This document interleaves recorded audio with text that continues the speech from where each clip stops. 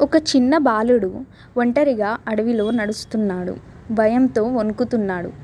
కానీ అతడు ఒక మాట పిలిచాడు. సోదరా మధుసూదనా. అంతే. ఎవరూ చూడని ఒక దివ్యశక్తి వచ్చి అతడిని కాపాడింది. ఇది కేవలం కథ కాదు.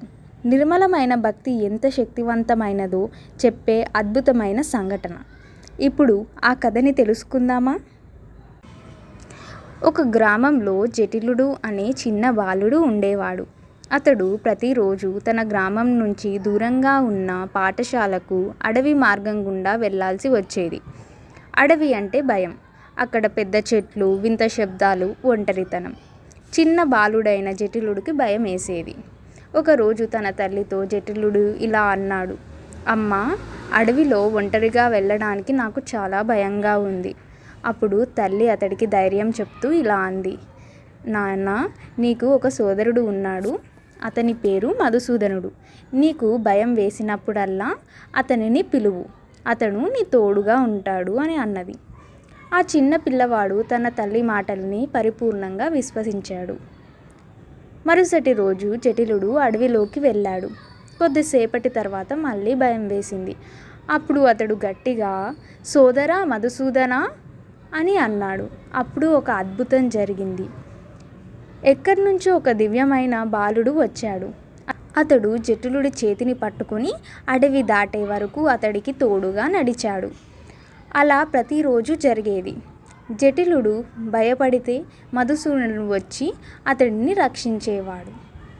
ఒకరోజు జటిలుడు ఈ విషయాన్ని తన గురువుగారికి చెప్పాడు. గురువుగారు ఆశ్చర్యపోయాడు. అతన్ని ఇలా అడిగాడు. నీ సోదరుణ్ణి నాకు చూపిస్తావా అని అన్నాడు. అప్పుడు జటిలుడు ఆనందంగా తప్పకుండా చూపిస్తాను గురువుగారు అని అన్నాడు. వాళ్ళిద్దరూ కలిసి అడవికి వెళ్ళారు. అడవిలోకి వెళ్ళిన తర్వాత జటిలుడు మళ్ళీ పిలిచాడు. సోదరా మధుసూదనా. అప్పుడు మధుసూదనుడు వచ్చాడు. కానీ ఒక ఆశ్చర్యం జరిగింది. జటిలుడికి మాత్రమే అతడు కనిపించాడు. కానీ గురువుగారికి కనిపించలేదు. అయితే ఒక విషయం మాత్రం వినిపించింది. అదేంటంటే మధుసూదనుడి కాలిగజ్జెలు. ఇప్పుడు ఆ శబ్దమే సాక్ష్యం. ఈ కథ మనకు ఒక గొప్ప సత్యం చెబుతుంది.